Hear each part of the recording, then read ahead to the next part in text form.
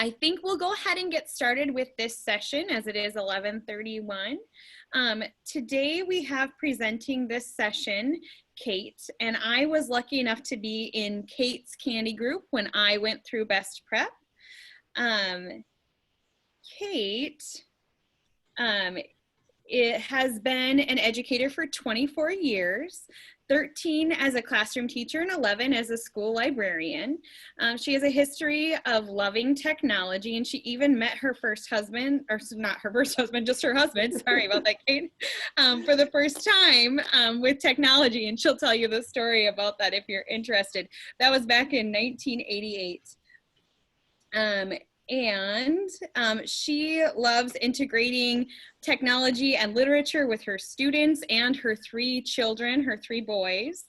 And she has one boy that works for Facebook in California, and the other will be a college sophomore at Iowa State University, and her youngest is 13. So let's welcome Kate as she has our session for us. Welcome, Kate. Wow, thank you, Angela. That was great. It's good to see you all here today. And this is a smaller interactive group. So at any time, participants, if you want to take your microphone off and ask me a question or pause for clarification, or simply share some thoughts, please feel free to do so, because I would love to hear what you're thinking today. And it's a great day to be with you. A couple of things that stuck out to me with Karen Campbell's keynote presentation is she talked about how do we become bicultural and transcultural in today's world, today's classroom. And as a school librarian, I thought, you know what, maybe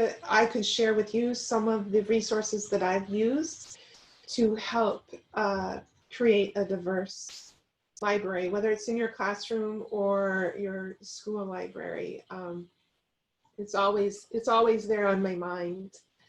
Now, we did a little test run with this presentation last week, and all my videos that I had within my presentation were working. So I apologize in advance if I go back and forth a little bit from screen sharing so that you can see the video. But I'm going to go ahead and share my screen, and I do have a QR code so that actually if you want to go and snap that QR code and follow along with my presentation with me, please feel free to do that.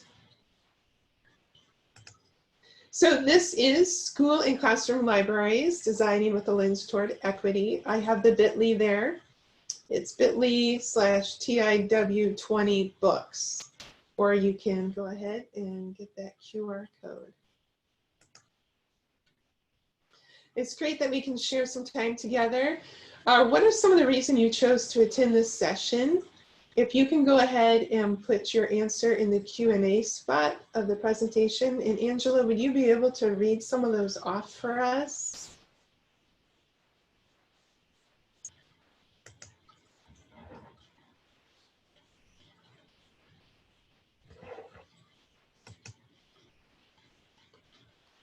Feel free to type your answers in the chat too. Anybody care to share what spoke to you for attending this presentation today? Or you don't even have to type. There's only a few of us here, so feel free to holler out if you like. Well, I'm a media specialist also, so I'm always just looking for new resources. Awesome. Yeah. And Mike started at a new school, interested in learning about expanding opportunities.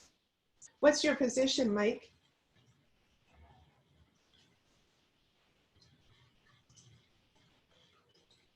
Oh.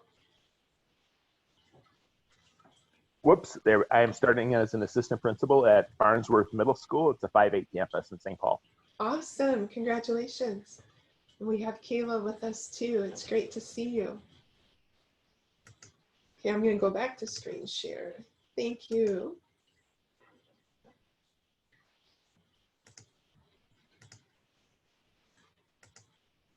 All right, so I want to start today's session. This is the video that I found One of my family's favorite shows that we would watch together is called The Middle. It's currently off the air right now.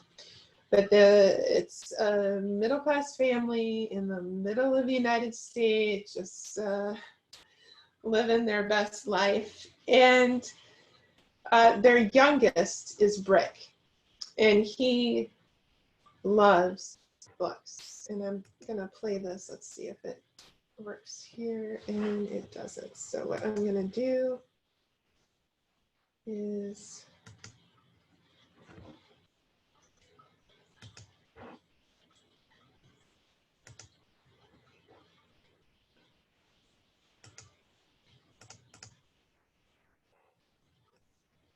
sorry about that.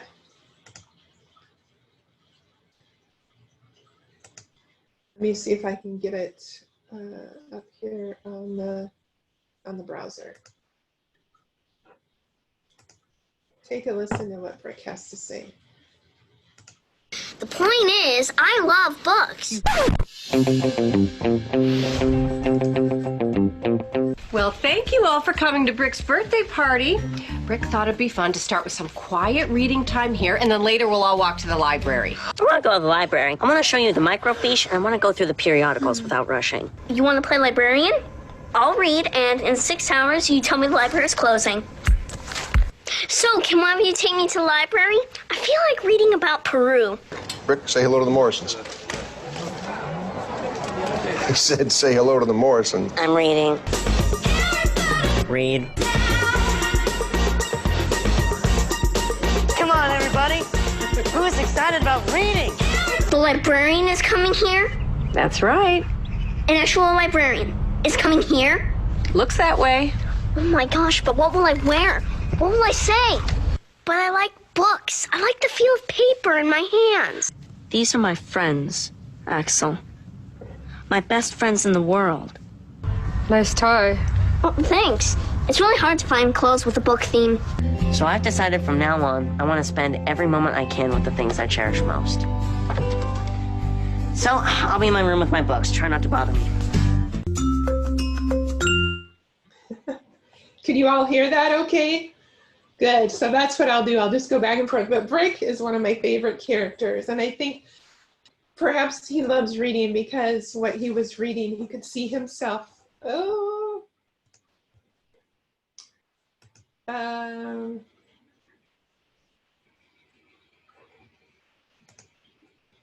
Are you hearing that too? You're not hearing that. Okay. So, I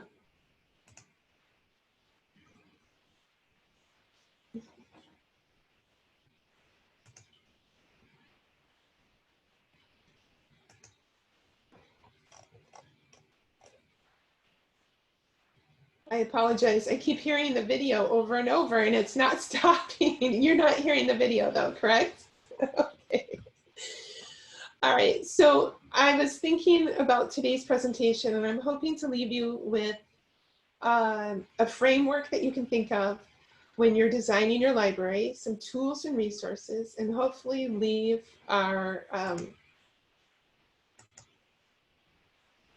hang on here just a second. I ate all my candy in 24 hours, just like you said. There we go. Now you should be seeing my screen. And leave it open for some discussion afterwards for some resources that you found in designing your library. Getting back to Brick, he just amuses me so much, especially a librarian is coming, a real librarian, and how excited he got about it. But when thinking about our students and the choices that we have, I'm thinking Brick probably connected with the characters that he was reading about. He had a love for reading, and what can we do to help our students have that enthusiasm that Brick had when he was reading. They may not get to the level of Brick, but maybe we can aspire for them to be somewhere close to Brick in their love for reading and books and literature. The one thing I was thinking that we can do, whether we're designing a classroom library or a school library, is to think of our roles as designers when approaching challenges and decisions and the type of instruction that we provide for our students. There's a website called achievethecore.org, and they have a project called Designing for Equity. What they strongly adhere to is that racism and inequity are products of the design of others when materials were created. And if we understand that, materials can be redesigned and next time done better. Because most of us do hold implicit bias that impact our behavior. For example, I am a librarian. I try to get as many diverse books, not only culturally, but subject-wise and genre-wise, but I still have my bias. There are certain genres that I favor over other genres, and I have to be aware of that and make sure that I don't forget about that bias, because I will be neglecting some of my students' favorites type of genres going forward. Designing for Equity also states that our actions can cumulatively serve to maintain existing forms of inequity or serve to dismantle systems of oppression. There's an Equity X design, and this is a way that we can think and approach to achieving equity. And it's a design thinking merged with the power of equity work. And within my Google slide show, I have active links for you, so that if you did take a look at that slideshow and you want to look at any of these links, or if you have questions about any of these, please let me know. So the three central beliefs about this Equity X design is the innovation's need for inclusion and intentionally design. So intentionally recognizing our biases, intentionally designing what we want to see, and having an indistinguishable relationship between the past and the present, and a moral imperative to live in the future that we desire to create. Within this Achieve the Core website, and I'm just going to touch on it briefly because I have a lot of resources to share with you, but within this website is a rubric that takes your design thinking a little further and pushes us to an understanding of some complex problems, and digging a little bit deeper into the cause of the problem so that we can meet our students' needs the best possible way that we can. Now, talking about diverse literature in schools, and I put the three main pillars of the Equity X design there in parentheses, but it's important that students can have text that they can relate to, and text that fosters inclusivity, and with an understanding that we're all diverse and unique in special ways, and that leads to empathy. When we're leveraging culturally responsive texts, perhaps the first step for educators, of course, is to preview it, read it, anticipate questions that our students may have and the reactions that they may have. Identify key points in the text that would be great stopping points to stop and discuss. And then also, Kathleen Campbell in her keynote presentation made a note of being culturally, bicultural and transcultural aware, and connecting to the students' lives. You know, what's going on in their life, pop culture, technology related, all different things to leverage that text. So the diversity of our text collections can lead to valuable conversations with students, of course. It builds background knowledge, fosters interconnectivity in our classroom. And I have some, of course, discussion questions that you could use with your students based on the main character, what the main characters are experiencing within the text. There was a campaign called We Need Diverse Books. It actually started, I believe, in November of 2014. Author Matt De La Pena helped lead the campaign, and what I would like to do is share this video. Did you have any questions as I transition to get to the video? Any questions at all? Wondering about digital resources you also have for that you'll be able to share in addition to books. Yes, I'm coming to those. I've got a lot of them, and I'm hoping that by the end of our session that you will have some time to explore, and I'll be here to answer questions too, which would be great. I think I won't share this video now, but you can go back and watch it if you would like to, so that we can get to the resources. There we go. So I put together some of my favorite resources in collecting a diverse collection for our students. And I put little stars by the very top one. What makes a high quality diverse text and how to get them into your library. The reason I did that is I took a little screenshot of it right here. When you click on the website, it will take you to a page that looks like this. This is on Achieve the Core, that has additional websites. So there's a guide for selecting anti-biased children's book, a guide to selecting multicultural literature, a checklist for evaluating diverse children's media, 10 criteria. Okay, the list goes on and on. And I put that one at the very top because I tend to rely on that link a lot. This second resource here that I'm hoping you'll have some time to explore is actually a Google Doc that was created by Keenan Lee. And so these two are lists. And then I also have another Google Doc, which is anti-racist reading list for adults and children that recently came out. We need diversebooks.org. That was the video that I was going to show you with Matt De La Pena. A push for why we need the books. The Ivy Tech Community College LibGuide is also an amazing resource. The Open Book blog, Teaching Tolerance, EmbraceRace.org, Reading Rockets is amazing. Latinx and Kid Lit.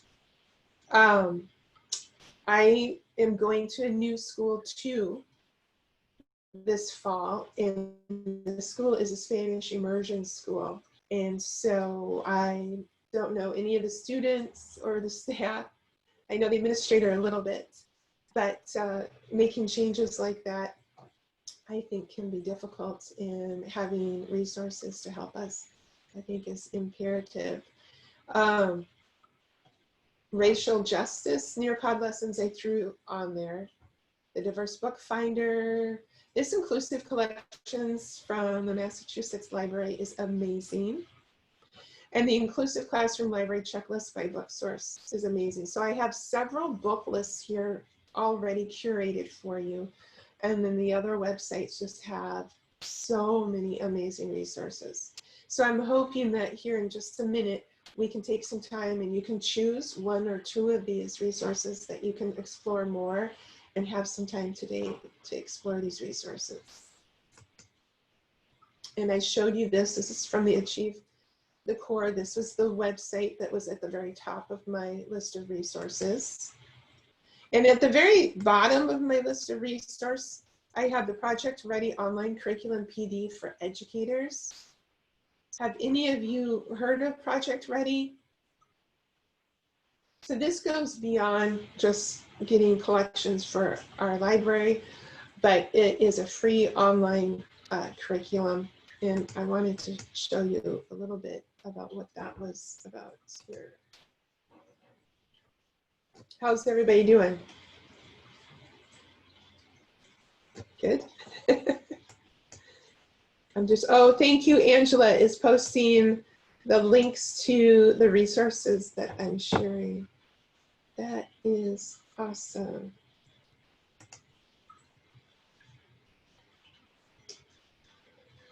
All right.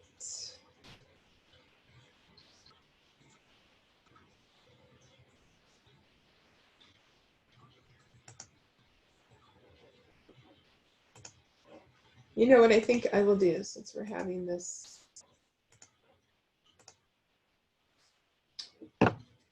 problem with the videos. Let me just see if it works.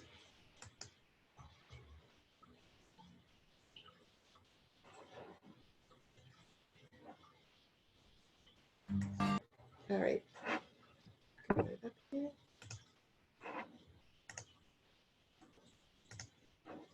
Here's project ready.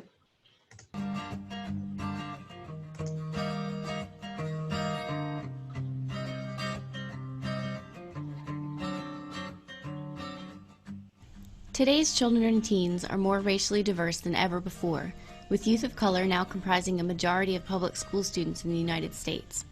But growing racial diversity has not yet translated into racial equity for Black, Indigenous youth of color and their families. What does this mean for school and public libraries? By working through the Project Ready online curriculum, you can explore that question while learning about race, racism, and racial equity work. This free Creative Commons licensed curriculum is presented in a series of 27 self-paced modules. Modules cover such topics as the history of race and racism in the United States, implicit bias, racial identity development, and culturally sustaining pedagogy. In Part 1 of the curriculum, you will build a strong foundational understanding of core concepts related to race and racial equity. Part 2 will guide you as you translate that knowledge into library work with children and teens. In Part 3, you'll explore ways to continue your racial equity learning journey beyond Project Ready. As you work through the curriculum, you will hear from practitioners, scholars, activists, and young people who share their experiences with the module topics. Action plans, reflection prompts, assessment tools, and other resources and activities will help you work toward racial equity, both personally and professionally. You can work through the curriculum independently or with a small group of colleagues. Racial equity is a journey. Wherever you are on that path, Project Ready can help you go farther. Get started today by visiting ready.web.unc.edu.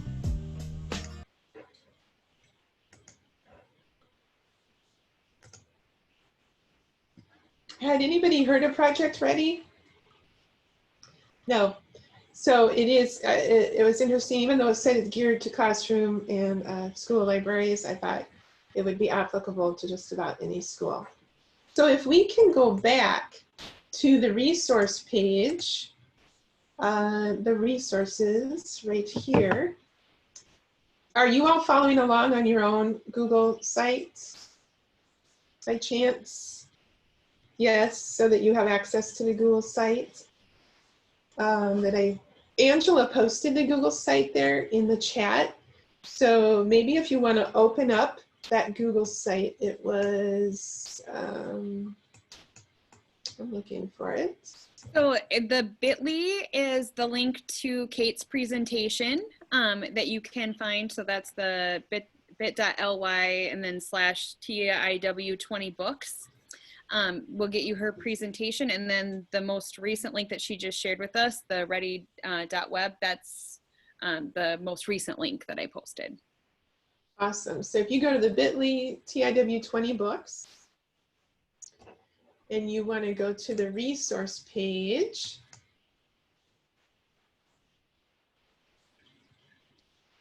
and if you want to choose one of the resources that I have actively linked there, then what I am going to do is I will play the Why We Need Diverse Books while you're searching your first resource.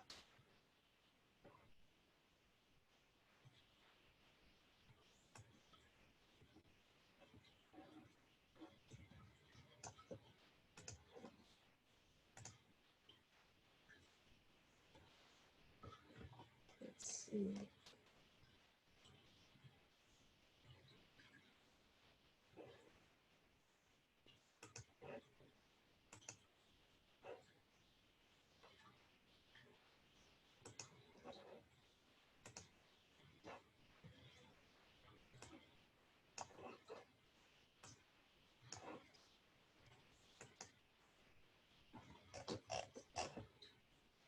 For some reason, my screen is not appearing.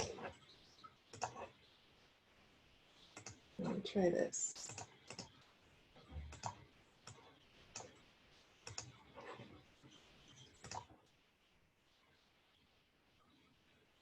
Kate, while you're getting that going, I'm looking at one of the sites right now. I'm not sure which one I even got to this through, but it was mentioning some just some books that can be helpful to kids. And one of them that they listed is As Fast as Words Could Fly.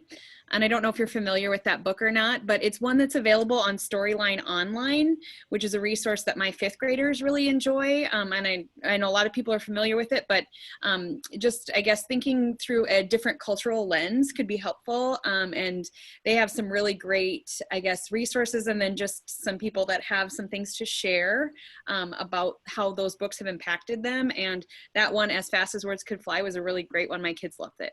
So that's awesome. Thanks for sharing, Angela. Yeah, the resources are absolutely amazing.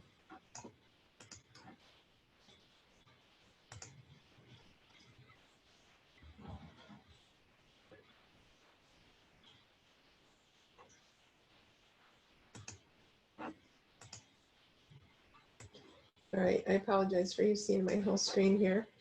This was the campaign that I talked about. We need diverse books.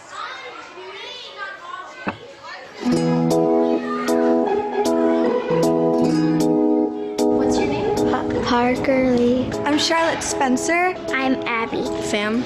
Savannah. I want to be a graphic designer when I grow up. A children's physician. I want to be a ballerina, fashion designer, an artist. Happy. Hi, I'm Matt De La Pena, and we need diverse books. I feel like I'm a living embodiment of why we need diverse books. Growing up, I wasn't a great student. I was what people call a reluctant reader. I felt like literature was a club that I didn't belong to. Like anybody else who isn't good at one thing, I found other things to get involved with. For me, it was sports. I was pretty good at basketball in particular. And because of basketball, I became the first De La Pena to go to college. Once I was at my university, I was introduced to one specific book that changed everything for me. It's called The Color Purple. And it was the first time I had ever had an emotional reaction to a book. It almost moved me to tears. And from that point on, I went in search of that feeling elsewhere. And I realized that books became my secret place to feel. From African American female authors, I found Hispanic authors. And from that point on, I felt like all I wanted to do was be a part of the world of literature. It doesn't matter if you're African American, Asian, disabled, part of the LGBTQ community. We all need to see ourselves in books. Because if we don't see ourselves in books, we may not feel as connected to the human experience, the story of all of us. At the same time, books are more than mirrors. They're also windows. I've always believed that reading is the ultimate form of empathy. Yes, we'd love to find ourselves in books and read about ourselves and our own experiences, but it's also important to read about people who aren't like us. It's only then that we'll have a full understanding of the world around us. Hi, my name is John Green, and we need diverse books. I think we need diverse books because we need to reflect the reality of our communities, and that reality is a very diverse one. One of the magical things about reading to me is that it helps me to imagine the life outside of myself. These books give all readers a glimpse into a culture that they might not be familiar with. I was a huge reader when I was a kid.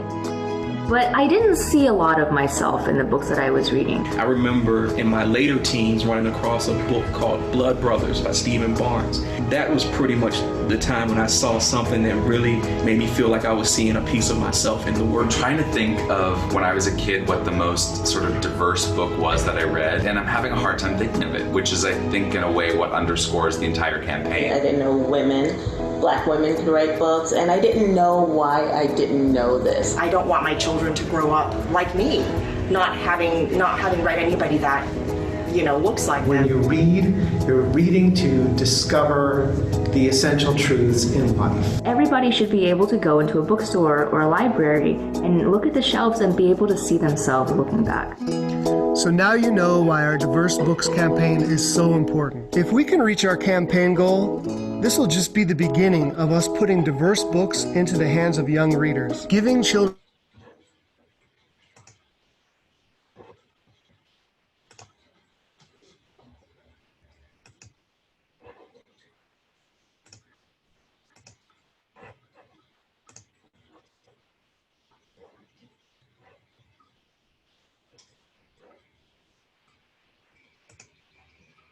So everybody has had a chance. I love that. We need diverse books. Something that we always have to be mindful of. Are there any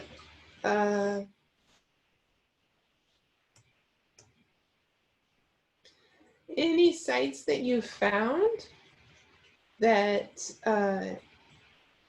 you think would be helpful in the resource section? Angela, can you hear me? Yep, we can hear you just fine. There we go. Or any thoughts?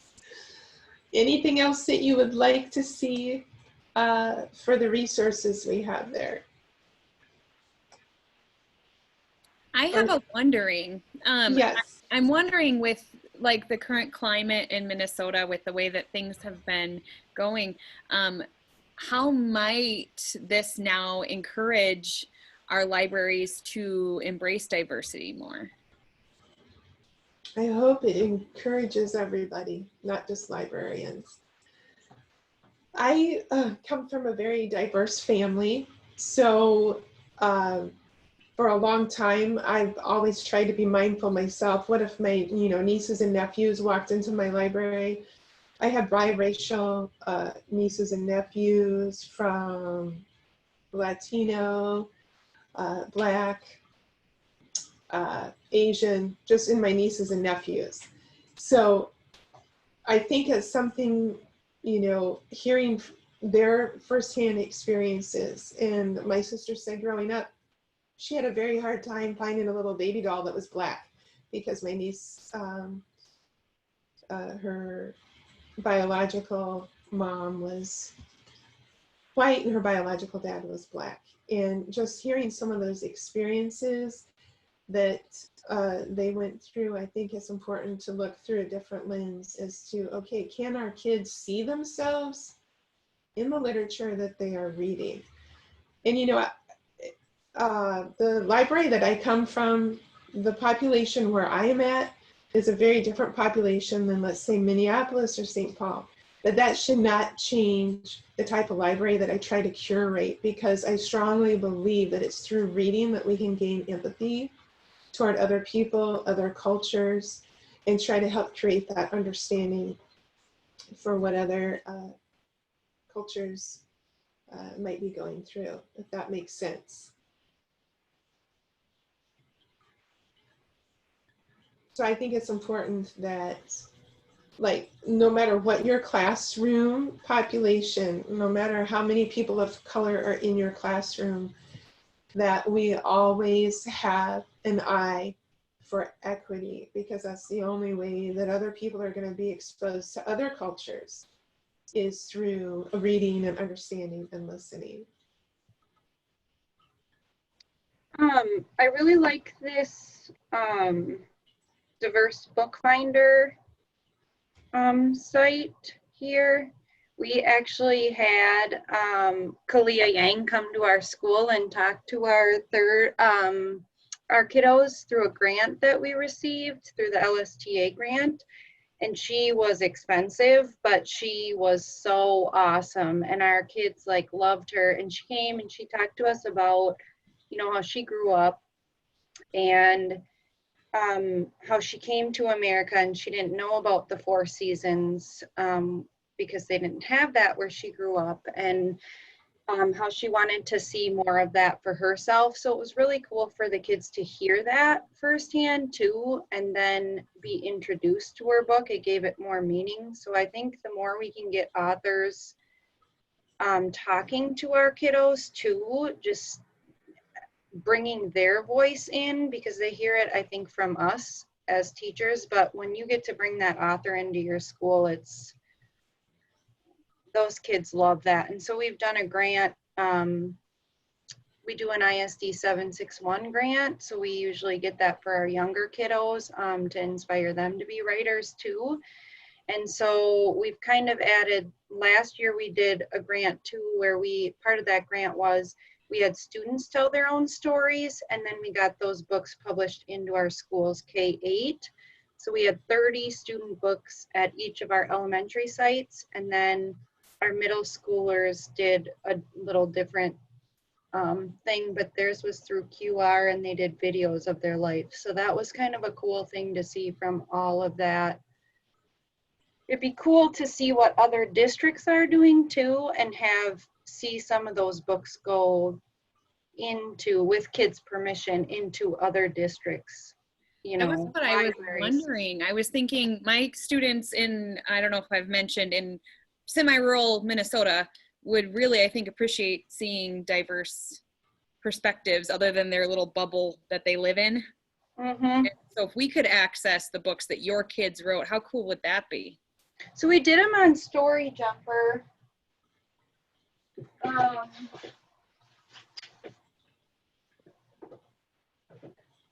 like some of them turned out, like this one was My Family Memories.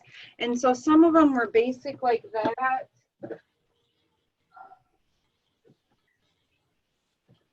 Like this little girl was twins on the move, and she comes from a family that's not just your typical mom and dad, and so and then they actually had to read their writing, and so we got iPads to scan those books too. So we're going to set up a little section in our libraries where kids can set up the iPad, and then they go through the book and it reads the book out loud. So for our younger readers, they can access that. But it would be cool to, like you're saying, I wonder if I can share, because I could share it with parents with an access code. I just probably have to get permission from the kiddos maybe to see that. And I think it's accessible for a year, and then I think it goes away unless the student, although I bought the books, so I'd have to do some more digging into that, or if you guys could purchase them too. The kids took a lot of pride in them, and it's free to create the books, so it's pretty limited on what they can do with images, and they only had six 2-hour sessions to get their books done, so it was pretty phenomenal what they got done. Did you post the link, Kayla, to that? The Story Jumper? Yeah. Yeah. In the chat. That is a great idea to do with students too, because yeah, sharing our stories, and there's nothing more empowering than knowing that people are listening to our stories, right? Empathetic listening and being willing to learn from one another is the key. Thank you so much for sharing that. Did anybody else find another interesting resource that you would like to share in your time that we've had together here? It looks like Mike shared a book that his students wrote. Oh, awesome. It's on Amazon. Green Card Voices, their immigrant students' first-person stories of their immigrant experience coming to America from perspective of St. Paul Public School students. Also, I posted a link from the Minnesota Humanities Center for Absent Narratives. It's a curriculum for how can you be bringing in absent narratives into the curriculum for classrooms. Oh, that's a great link. Thank you, Mike. I was just thinking of the same thing, Mike. In fact, I sent a link to Green Card Voices via the St. Paul, Minnesota Foundation. I've got those titles in my collection at the Media Center as well. So, yep, pretty good. Those are awesome. I'm going to add those to my resource page. I love it. So Mike and Christian, did you know each other prior to attending TIW? No? Nope. And where are you at, Christian? I'm at Robbinsdale Cooper. High school, you said? Yeah, high school. Cooper in the High media School. center? Mm-hmm. Yeah. I feel like I've done a pretty good job of making a pretty diverse collection. One thing I found really interesting was our English teachers were doing their typical unit on poetry this year. I want to say for juniors, and they thought what might get them more engaged from the get-go was to ask our elementary schools to gather picture books that were poetry based, that were very diverse, and they did. We have 10 elementary schools, and the media specialist shipped us boxes and boxes. I mean, I had 2 sides of a book cart completely full, and the students were able to just pick out books, and it was an impressive collection. A lot of good diverse books in our elementary collections, and picture books are just wonderful anyway.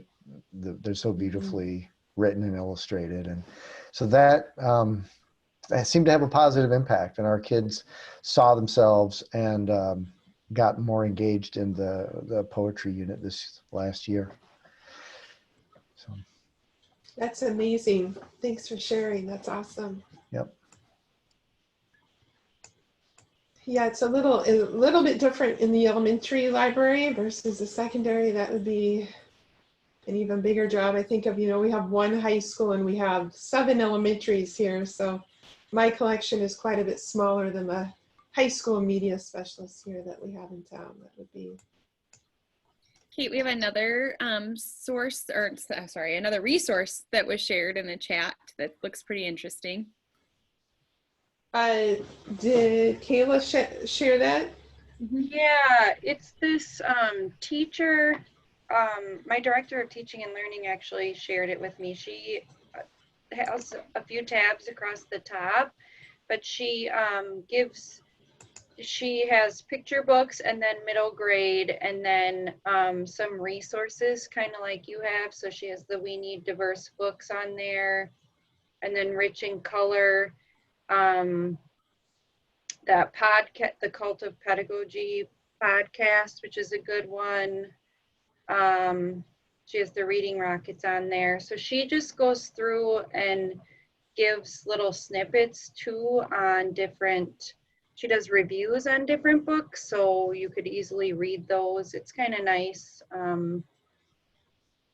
when you're looking for stuff. I think a lot of it is stuff you could cross-reference. You might already have it, but you might not. So you can tell she's done a lot of work on that site.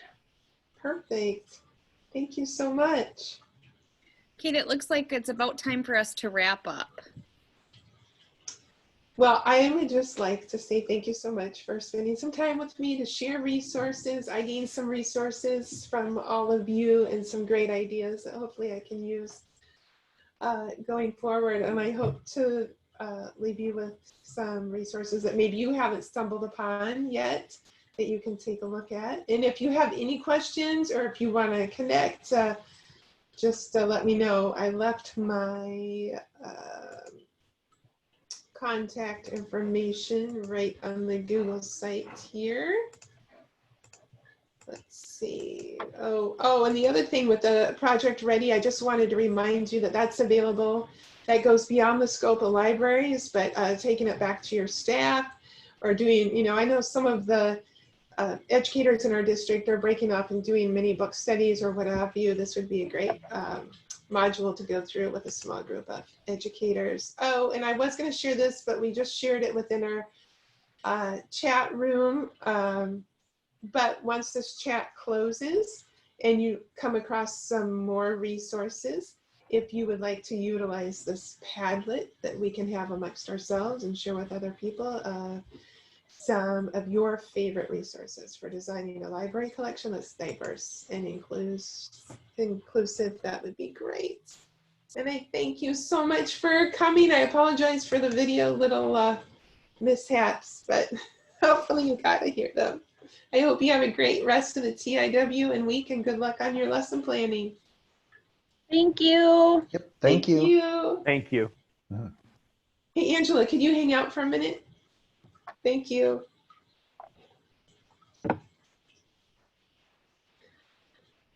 Oh, I'm so disappointed my videos didn't work. Well, I thought it went really well. I think that it's just fine. And like you said, people can reference those videos later. I mean, they've got the links to them in the slides, and I think that it'll be just fine. And the ones you were able to share were great. Can I try something? Yes. Before my next one, because when we did the test, I did the Google site and they weren't playing right. And I'm like, oh my gosh. So then I made all PowerPoints and the videos played within the PowerPoint. So what I'd like to test, if it's okay with you real quick, is if I have it in my Google site and bring it over for my next one, if that will work better. Does that make sense? Yeah, I wonder, so they're recording this. I'm wondering if this is something, if they're going to need to segment it right now or. Oh, that's right. We should probably come off. Okay. Well, but still contact me though, and let's go through that other one. Okay, I was just going to try one video. Yeah, well, email me a link just to a separate Zoom and let's do it that way. Wait a minute.